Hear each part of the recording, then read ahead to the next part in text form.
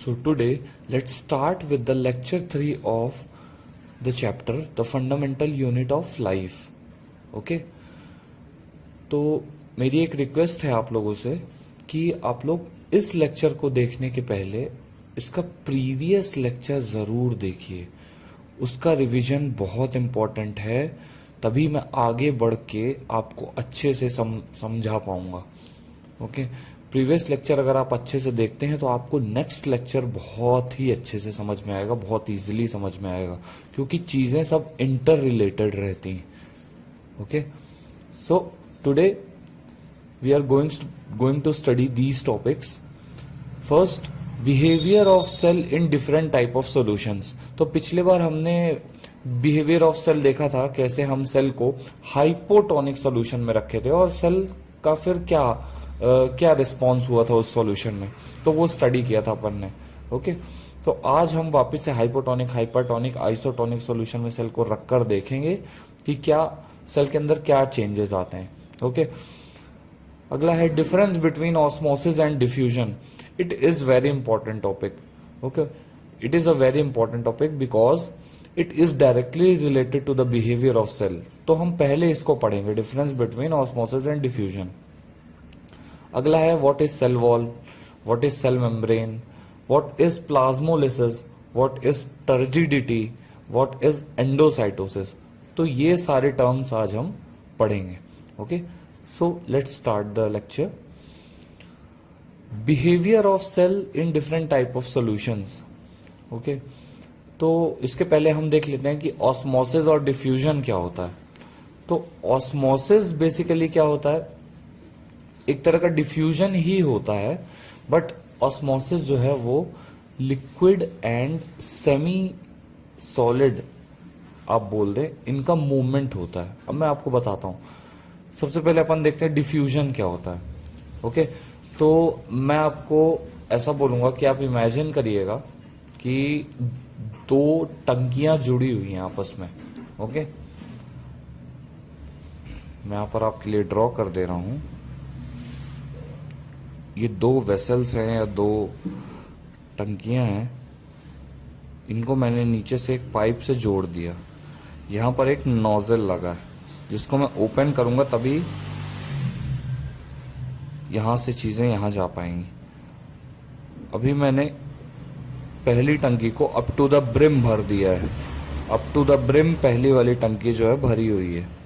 Okay, दूसरी टंकी खाली है. यहाँ का नोजल बंद है, मतलब यहाँ का वाटर जो है वो यहाँ मूव नहीं कर पा रहा है. ओके, सॉरी, टंकी ए का वाटर टंकी बी में मूव अभी नहीं कर पा रहा है. बट एज सुन एज मैं ये नोजल को ओपन करता हूं, water will start moving in the beaker number B.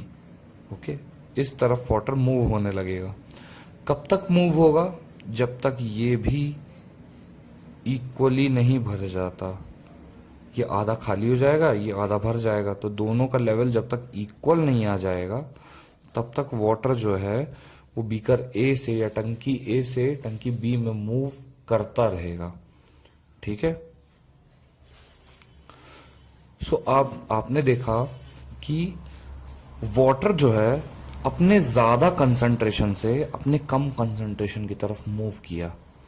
ज्यादा कंसंट्रेशन मतलब जहां पर वाटर मॉलिक्यूल ज्यादा हो.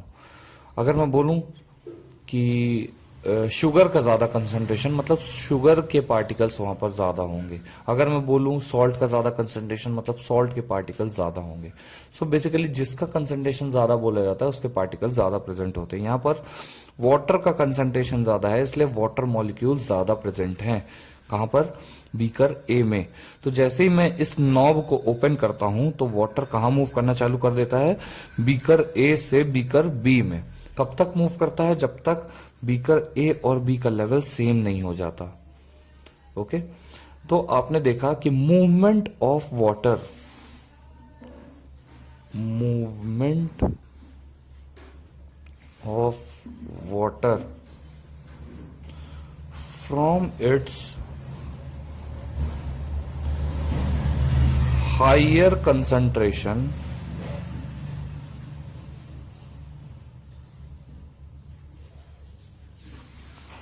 to its lower concentration.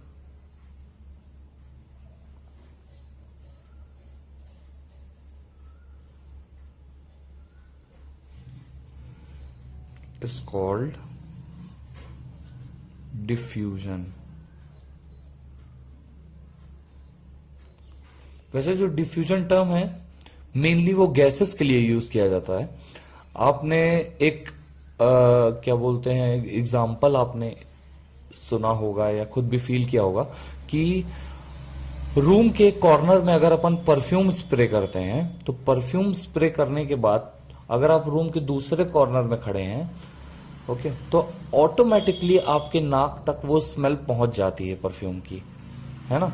तो ऐसा किस लिए होता है कि एयर में पहले जो परफ्यूम का कंसंट्रेशन है वो आपके पास कम रहता है, लेकिन जहां पर परफ्यूम छिड़का हुआ होता है वहां पर ज्यादा रहता है। तो कोई भी चीज अपन ने देखी तो वो अपने ज्यादा कंसंट्रेशन से अपने कम कंसंट्रेशन की तरफ मूव करती है। तो परफ्यूम का ज्यादा कंसंट्रेशन कहां पर था, जहां पर आपने स्प्रे किया उसको, वहां से वो कहां मूव किया, आपके पास जहां पर उसका कंसंट्रेशन कम था। तो basically perfume moved from its higher concentration to its lower concentration, that is from जहां आपने स्प्रे किया टू जहां आप खड़े हैं, ओके, या सामने वाला जहां पर खड़ा होगा, ओके। तो उसको स्मेल आ जाएगी। आप अगर कमरे के एक कॉर्नर पे परफ्यूम स्प्रे करते हैं और सामने वाला दूसरे कॉर्नर पर खड़ा है तो थोड़ी देर बाद ऑटोमेटिकली उसके नाक पे वो स्मेल पहुंच जाएगी।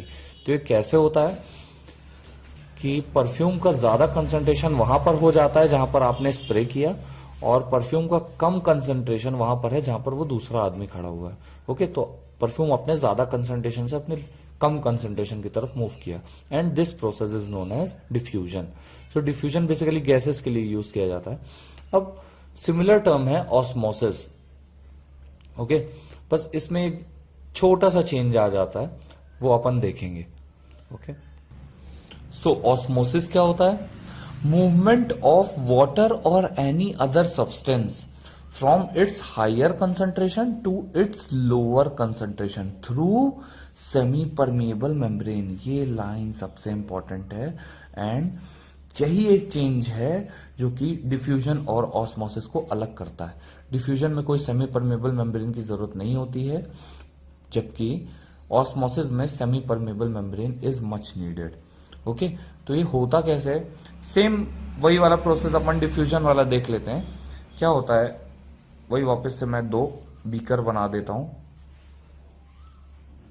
वो बीच में कनेक्टेड है आपस में एक पाइप से। एक में कंसंट्रेशन जो है वाटर का वो फुल है और एक पूरा एम्प्टी है, ओके। बीकर ए में कंसंट्रेशन वाटर का फुल है, बीकर बी एम्प्टी है, ओके। तो यहां पर क्या लगी हुई है, यहां पर नॉब लगा हुआ है जिसको मैं ओपन करूंगा तो पानी यहां मूव करना चालू कर देगा, और बीच में क्या लगी हुई है, सेमी परमिएबल मेम्ब्रेन लगी हुई है। परमिएबल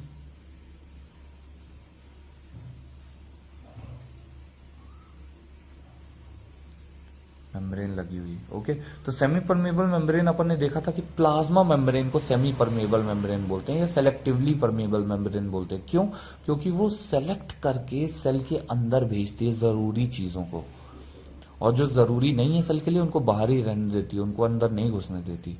तो इसीलिए इसको सेमी परमिएबल या सेलेक्टिवली परमिएबल मेम्ब्रेन बोलते हैं, ठीक है। इसमें पर्टिकुलर साइज के पार्टिकल्स ही अंदर जा सकते हैं और इंपॉर्टेंट पार्टिकल्स अंदर जा सकते हैं, ओके। तो अपन ने देखा कि बीकर ए जो है वो फुल है और बीकर बी जो है वो एम्प्टी है, ओके। तो बीकर ए से वाटर अगर मैं इस नॉब को ओपन करूंगा तो कहां मूव करना चालू कर देगा, बीकर बी की तरफ, ओके। बीकर बी की तरफ जब मूव करना चालू करेगा तो बीच में क्या लगी हुई है, सेमी परमिएबल मेम्ब्रेन, तो वो और ज्यादा फिल्टर होके जाएगा, ओके। तो कब तक मूव करेगा, जब तक दोनों बीकर में वाटर का लेवल सेम नहीं हो जाता, ठीक है। तो आपने देखा कि water moved from its higher concentration to its lower concentration through semi-permeable membrane, and this process is known as osmosis. Okay. Behavior of cell when placed in different type of solutions. तो अपन ने इसके previous वाले lecture में देखा था कि जब एक सेल को हाइपोटोनिक सॉल्यूशन में रखा गया था तो क्या हुआ था। मैं आपको उसको याद करने की एक ट्रिक बता देता हूं। आपने हिपोपोटामस देखा है, कैसा मोटा सा होता है हिपोपोटामस, ओके, जिसको दरियाई घोड़ा बोलते हैं, जिसको गुलाबी पसीना निकलता है, ओके। तो जो ऐसे याद कर लीजिए आप, वो रिकॉर्डिंग में थोड़ा सा ग्लिच आ गया था, so excuse me for that.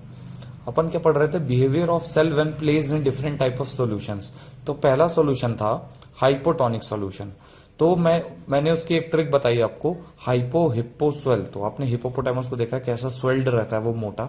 उसी तरह हाइपोटोनिक सॉल्यूशन में सेल भी कैसा हो जाता है, स्वेल हो जाता है। सेल भी स्वेल हो जाता है। जब सेल को हाइपोटोनिक सॉल्यूशन में रखा जाता है तो वो कैसा हो जाता है, फूल जाता है, यानी स्वेल हो जाता है। तो हाइपोटोनिक सॉल्यूशन को आज अपन थोड़ा और अच्छे से पढ़ते हैं, जैसे पिछले बार अपन ने पढ़ा था। एक तरह का रिवीजन है ये हाइपोटोनिक सॉल्यूशन का, ओके। तो हाइपोटोनिक सॉल्यूशन में अपन ने क्या देखा था कि एक बीकर है, उसमें अपन ने शरबत को भर दिया है। और कैसा शरबत भरा है, जिसमें वाटर का कंसंट्रेशन ज्यादा हो। मैंने बताया था सॉल्यूशन क्या होता है, सॉल्यूट प्लस सॉल्वेंट, ओके। तो सॉल्यूट यहां पर क्या होता है, शक्कर,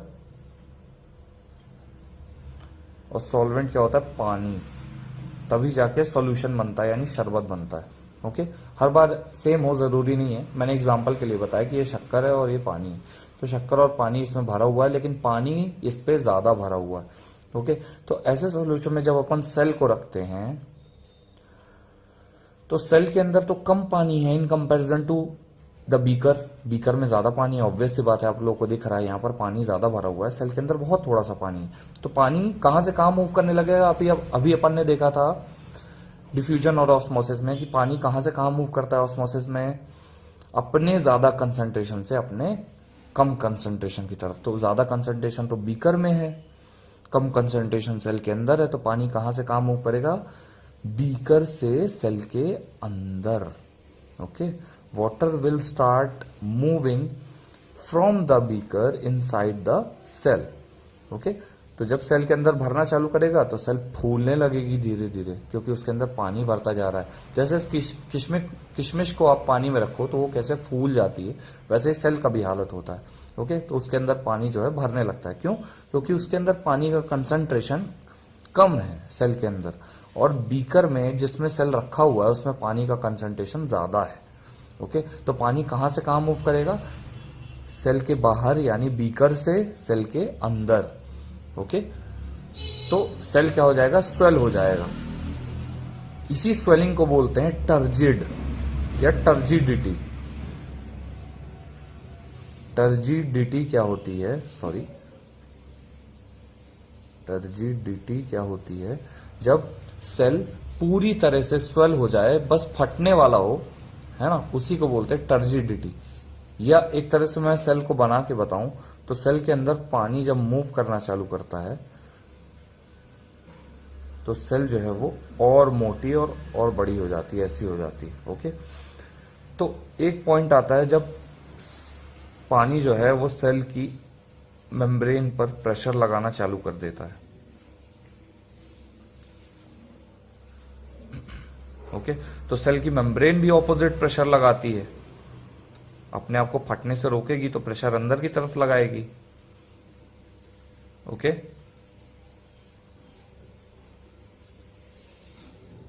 ठीक है, तो यही जो प्रेशर सेल मेम्ब्रेन लगाती है अपने आप को फटने से रोकने के लिए, इसी को बोलते हैं turgor pressure, TURGER, turgor pressure.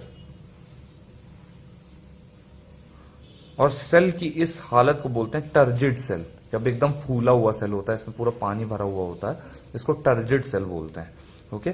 और टर्जिडिटी ये फिनोमिना है जिससे सेल फूलता है, ओके, ठीक है। तो टर्जर प्रेशर के कारण जो है सेल क्या हो जाता है, पूरा स्वेल अप हो जाता है। और टर्जर प्रेशर कौन लगाता है, सेल मेम्ब्रेन लगाती है यहाँ से। तो अभी अपन देख रहे हैं सिंगल मेम्ब्रेन है, यानी ये कौन सा सेल है, एनिमल सेल है। तो बहुत ज्यादा प्रेशर हो जाएगा तो ये मेम्ब्रेन झेल नहीं पाएगी क्योंकि ये कमजोर होती है, तो ये बर्स्ट हो जाएगा सेल। ओके, ज्यादा हाइपोटोनिक सॉल्यूशन में अगर सेल को रख दिया जाए तो सेल क्या हो जाएगा, बर्स्ट हो जाएगा। कौन सा cell, animal cell. Plant cell क्यों नहीं होगा, क्योंकि plant cell as you know has double layering, cell wall बाहर की लेयर होती है और सेल मेम्ब्रेन अंदर की होती है। सेल वॉल बहुत हार्ड होती है, सेलुलोज की बनी होती है, बहुत हार्ड होती है, ठीक है। Cell wall, cell membrane. तो प्लांट सेल में क्या होगा, जब टर्जिडिटी बढ़ेगी यानी पानी बाहर निकलने की कोशिश करेगा और सेल मेम्ब्रेन अंदर प्रेशर लगाएगी उसको अंदर ढकेलने के लिए, तो क्या होगा, एक हद तक सेल फूलेगा, मतलब ये पूरी की पूरी मेम्ब्रेन जो है सेल वॉल से सट जाएगी, लेकिन सेल वॉल इतना मजबूत है कि ये फट नहीं सकता। ओके, तो ये कैसी स्थिति में चला जाएगा, टर्जिड पोजीशन में चला जाएगा, बर्स्ट नहीं होगा कभी। कौन सा सेल, प्लांट सेल। किसकी वजह से, सेल वॉल की वजह से, ठीक है। सेल वॉल इसको रोक लेगी फटने से। यहाँ एनिमल सेल में सेल वॉल होती नहीं है तो ये फट जाएगा, यहां से सेल मेम्ब्रेन होती है, ठीक है। यहां तो पूरी सेल मेम्ब्रेन जो है चिपक गई है सेल वॉल से, क्यों, क्योंकि अंदर से प्रेशर लग रहा है और सेल मेम्ब्रेन भी प्रेशर लगा रही है, ठीक है। तो ये होता है सेल की हालत हाइपोटोनिक सॉल्यूशन में। आप ये ट्रिक याद रखिएगा, हाइपो हिप्पो स्वेल, जैसे हिप्पोपोटामस स्वेल्ड रहता है वैसे ही हाइपोटोनिक सॉल्यूशन में सेल को रखने पर सेल कैसी हो जाती है, स्वेल हो जाती है। ओके, अब अपन देखते हैं कि हाइपरटोनिक सॉल्यूशन क्या होता है। हाइपरटोनिक सॉल्यूशन क्या होता है, तो अपन ने देखा सॉल्यूशन किससे मिलकर बनता है, सॉल्यूट प्लस सॉल्वेंट, ठीक है। यानी अगर मैं एग्जाम्पल के फॉर्म में बोलूं तो शक्कर प्लस पानी,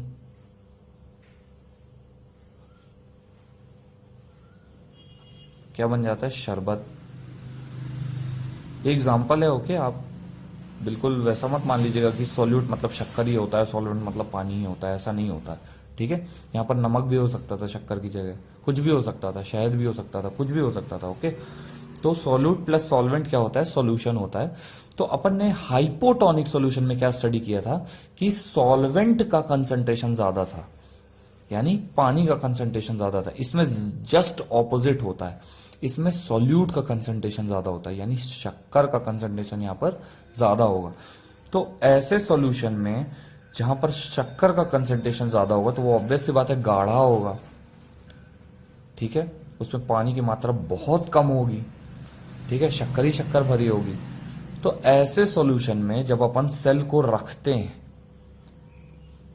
जब सेल को ऐसे सॉल्यूशन में रखते हैं तो अपन देखते हैं कि सेल के अंदर जो पानी मौजूद है वो ज्यादा है।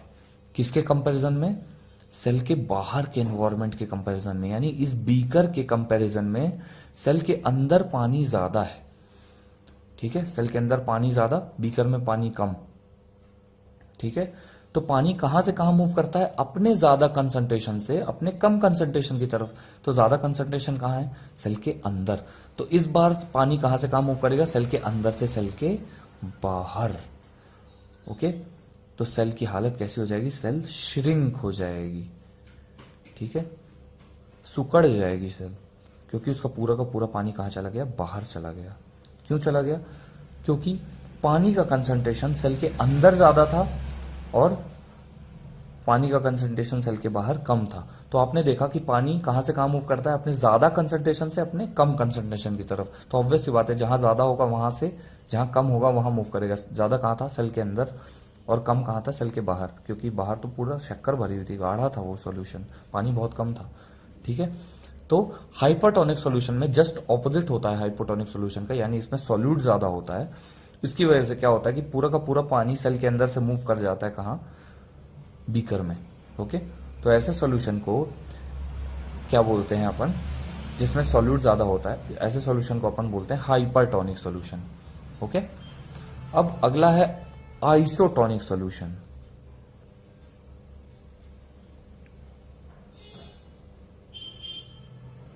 एक और चीज मैं बता दूं हाइपरटोनिक सॉल्यूशन में, हाइपरटोनिक सॉल्यूशन में अगर मैं सेल को थोड़ा सा बड़ा बनाकर बताऊं, तो अगर प्लांट सेल है, ये अभी नॉर्मल पोजीशन में है, ठीक है। ये सेल वॉल है, ये सेल मेम्ब्रेन है, ठीक है। सेल वॉल बाहर वाली लेयर है, सेल मेम्ब्रेन अंदर वाली लेयर है। तो प्लांट सेल को जब रखा जाता है किसमें, हाइपरटोनिक सॉल्यूशन में, हाइपरटोनिक सॉल्यूशन में जब प्लांट सेल को रखा जाता है तो क्या होता है कि ये सेल वॉल है बाहर वाली, ओके, सेल वॉल। आपको पता है कि अंदर का पानी क्या हो जाता है, बाहर की तरफ मूव करने लगता है, या पूरा का पूरा अंदर से पानी बाहर जाने की कोशिश करने लगता है, चला जाता है। तो सेल वॉल जो है उससे सेल मेम्ब्रेन जुड़ी हुई होती है, मतलब पास में होती है। तो सेल मेम्ब्रेन क्या हो जाती है, एकदम चिपक जाती है अंदर, श्रिंक हो जाती है, ऐसी हो जाती है एकदम अंदर की तरफ जो है, क्योंकि पानी पूरा का पूरा निकल चुका है। तो सेल मेम्ब्रेन क्या हो जाती है, श्रिंक हो जाती है, एकदम श्रिंक हो जाती है सेंटर की तरफ, ठीक है। तो ऐसी कंडीशन को जिसमें सेल मेम्ब्रेन सेल वॉल से दूर चली जाए, अंदर की तरफ श्रिंक हो जाए, और उसके पूरे कंटेंट जो है वो अंदर चले जाए, साइटोप्लाज्म वगैरह जितने भी सेल ऑर्गेनल है, तो ऐसी कंडीशन को, ऐसी सेल की कंडीशन को बोलते हैं प्लाज्मोलिसिस। प्लाज्मोलिसिस, क्योंकि अंदर वाली मेम्ब्रेन को यानी सेल मेम्ब्रेन को प्लाज्मा मेम्ब्रेन बोलते हैं। तो प्लाज्मो यानी प्लाज्मा, लिसिस मतलब ब्रेकिंग। तो ये कहां से टूटकर अंदर चली गई, प्लाज्मा मेम्ब्रेन सेल वॉल से टूटकर अंदर चली गई, ठीक है। इसी को बोलते हैं क्या, प्लाज्मोलिसिस, ठीक है। जब सेल को, प्लांट सेल को हाइपरटोनिक सॉल्यूशन में रखा जाता है तो उसकी सेल मेम्ब्रेन यानी प्लाज्मा मेम्ब्रेन सेल वॉल से दूर चली जाती है, श्रिंक हो जाती है, अंदर की तरफ चली जाती है। क्यों, क्योंकि उसका पूरा पानी क्या है, बाहर चला जाता है, ओके। तो ऐसी सेल को प्लाज्मोलाइज्ड सेल बोलते हैं, ठीक है। और इस कंडीशन को क्या बोलते हैं, प्लाज्मोलिसिस बोलते हैं, ओके। अब अपन देखते हैं आइसोटोनिक सॉल्यूशन क्या होता है। आइसोटोनिक सॉल्यूशन ऐसा सॉल्यूशन होता है जिसमें सॉल्यूट और सॉल्वेंट का कंसंट्रेशन एकदम बराबर होता है, दोनों बराबर मात्रा में प्रेजेंट होते हैं, ओके। तो एक बीकर में अपन ने कौन सा सॉल्यूशन डाला, आइसोटोनिक सॉल्यूशन डाला। इस बार कौन सा सॉल्यूशन डाला, आइसोटोनिक सॉल्यूशन डाला, आइसोटोनिक सॉल्यूशन। आइसो मतलब सेम, टॉनिक मतलब सेम डेंसिटी का, ओके।